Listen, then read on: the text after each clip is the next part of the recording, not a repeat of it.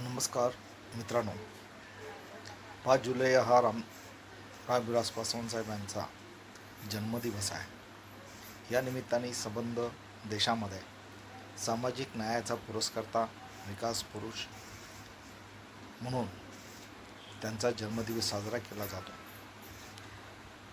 पासवान साहेबांच्या निमित्ताने काही संक्षिप्त गोष्टी मी आपल्यासमोर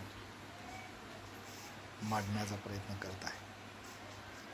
प्रथम माझी आणि साहेबांची भेट आदरणीय प्राध्यापक अरुण कांबळे सर यांच्या माध्यमातून झाली आणि ती 2021पर्यंत कायम राहिली. अनेक चढ उतार आले, अनेक राजकारणामध्ये बदल झाले, समाजकारणामध्ये बदल झाले, पण या बदलाचा परिणाम पासवान साहेबांच्या नेतृत्वावर आणि आमच्या निष्ठेवर कधी झालेला नाही. इतकेच नव्हे तर पासवान साहेबांनी जो कार्यकर्ता जोडला जातो त्या कार्यकर्त्याला अतिशय मान सन्मानाने वागवण्याचा प्रयत्न करत होते. राष्ट्रीय आणि आंतरराष्ट्रीय राजकारणामध्ये पासवान साहेबांची एक खास अशी ओळख होती. ती म्हणजे दलित, अकलियत, अल्पसंख्याक, वंचित, बहुजन अशा लोकांना न्याय मिळवून देण्याचा प्रयत्न करत होते.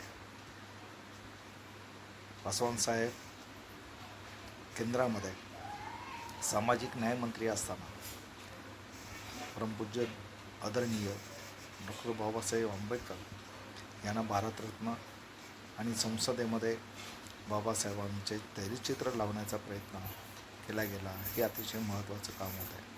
त्याचबरोबर बौद्धांना सवलती मिळवून द्याव्यात यासाठीही त्यांनी प्रयत्न केला. याच्याबरोबरच मंडल आयोगाची सुरुवात झालेली होती. म्हणजे मंडल आयोग हा अनेक वर्ष बासनात गुंडाळून ठेवलेला होता. माननीय पंतप्रधान व्ही.पी. सिंग यांच्या नेतृत्वात जे सरकार स्थापन झाले त्या सरकारमध्ये पासवान साहेब मंत्री होते.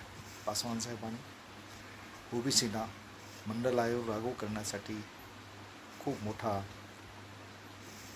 सहभाग दाखवला, प्रयत्न केला आणि त्यांचा एक सिंहाचा वाटा मंडल आयोग लागू करण्यामध्ये झाला. ज्या मिनिस्ट्रीमध्ये पासवान साहेब मंत्री म्हणून पदभार स्वीकारला त्या मिनिस्ट्रीमध्ये त्यांनी आमूलाग्र बदल करण्याचा प्रयत्न केला. मग ते रेल्वे मिनिस्ट्री असेल, ती टेलिफोन अँड कम्युनिकेशनची मिनिस्ट्री असेल, खत आणि स्टीलची मिनिस्ट्री असेल, कोळसा खाणीची मिनिस्ट्री असेल, अशा प्रत्येक मिनिस्ट्रीमध्ये त्यांनी एक आमूलाग्र बदल करून आणला. इतकंच नव्हे तर मिनिस्ट्री ही पासवान साहेबांच्या नावाने ओळखली जात होती. याच मिनिस्ट्रीमध्ये सर्वसामान्य लोकांना कसा सहभाग करता येईल, सर्वसामान्यांच्या प्रश्नांना कशी वाचा पडता येईल या पद्धतीचं राजकारण त्यांनी संपूर्ण आयुष्यभर केलं. बिहारमध्ये स्वतःची सत्ता साबूत ठेवूनच संपूर्ण देशामध्ये संबंध राज्यातील कार्यकर्त्यांना जोडण्याचा प्रयत्न करत होते. कोणतेही राज्य असो त्या राज्यातील प्रत्येक कार्यकर्त्याला जो प्रमुख कार्यकर्ता आहे त्याला नावानिशी ओळखत होते. याशिवाय पासवान साहेब ज्या मिनिस्ट्रीच्या बाबतीमध्ये पदभार स्वीकारला त्या मिनिस्ट्रीमध्ये अशासकीय लोकांच्या संदर्भातून पदाधिकाऱ्यांची निवड करत असत. त्या माध्यमातून समाजामध्ये ते जातील, समाजामध्ये एक वेगळं वलय निर्माण होईल आणि समाजाची कामं होतील, लोकांची कामं होतील. गोरगरीब जनतेच्या संदर्भातून त्यांना एक खूप मोठ्या पद्धतीचा कळवळा होता.